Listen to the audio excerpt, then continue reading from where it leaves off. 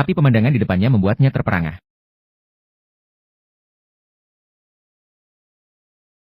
Wanita itu dengan wajah yang tenang mengatakan bahwa dia tidak akan membunuhnya, tapi akan mencari tali untuk menjeratnya dan menikmati perasaan tersiksa secara perlahan.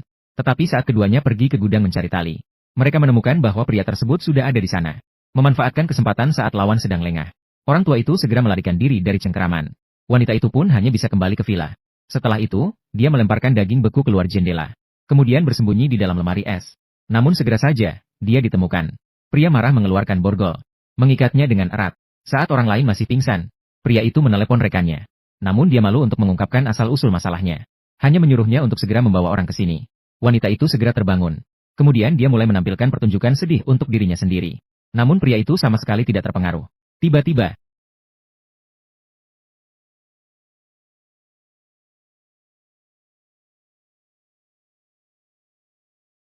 pria itu tiba-tiba berdarah banyak. Dengan cepat dia terjatuh. Segera setelah itu, wanita itu merangkak keluar dari lemari es. Kemudian dia akan menarik mayat itu ke sini, mencari kunci besi. Tapi dia menemukan sebuah pistol di pergelangan kaki pria itu. Wanita itu memasukkannya ke dalam cangkir. Tapi pada saat ini, di pintu, terdengar suara kedatangan polisi. Wanita itu segera melepaskan celananya. Kemudian berbaring di tanah. Dia terus merintih kesakitan. Dua polisi tiba di tempat kejadian. Mereka melihat mayat tergeletak dan wanita yang berpakaian acak-acakan. Polisi wanita segera membuat perkiraan. Dia mengira wanita itulah korban. Tetapi polisi pria mengingatkan. Mengikuti prosedur, mereka belum bisa memastikan siapa korban sebenarnya. Keduanya harus ditangkap dan dibawa ke kantor polisi untuk diinterogasi. Mereka harus menunggu tim kejahatan serius untuk konfirmasi sebelum melepaskan mereka. Namun polisi wanita dengan penuh kebencian mengatakan, tidak bisa hanya karena dia wanita cantik, dia harus menderita penindasan ini. Hal ini menjadi diskriminasi gender.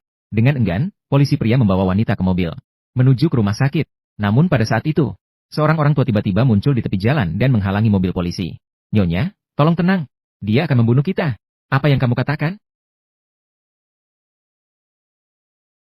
Wanita itu akhirnya menunjukkan wajah aslinya. Di bawah desakan dari dia, dua polisi akhirnya menyerahkan senjata mereka dengan patuh. Tatapan ini seolah-olah polisi pria telah melakukan kesalahan. Melihat polisi wanita sibuk untuknya, wanita itu memutuskan untuk melepaskannya nol. Setelah polisi wanita keluar dari mobil, terburu-buru melarikan diri ke arah hutan. Polisi pria memasukkan mobil ke jalan kecil yang tersembunyi. Dan dia tahu bahwa waktunya sudah hampir tiba. Setelah melakukan semua itu, wanita itu keluar ke jalan. Dengan aktingnya yang mahir, dia kembali berpura-pura menjadi kasihan. Seorang ibu-ibu yang mengemudikan truk pickup membantunya naik ke mobil, dan membawanya ke rumah sakit terdekat. Namun, dalam sekejap, wanita itu mengeluarkan pistol dari dadanya. Namun dia jelas lupa bahwa dia berada di Texas yang memiliki budaya yang lurus dan sederhana. Cerita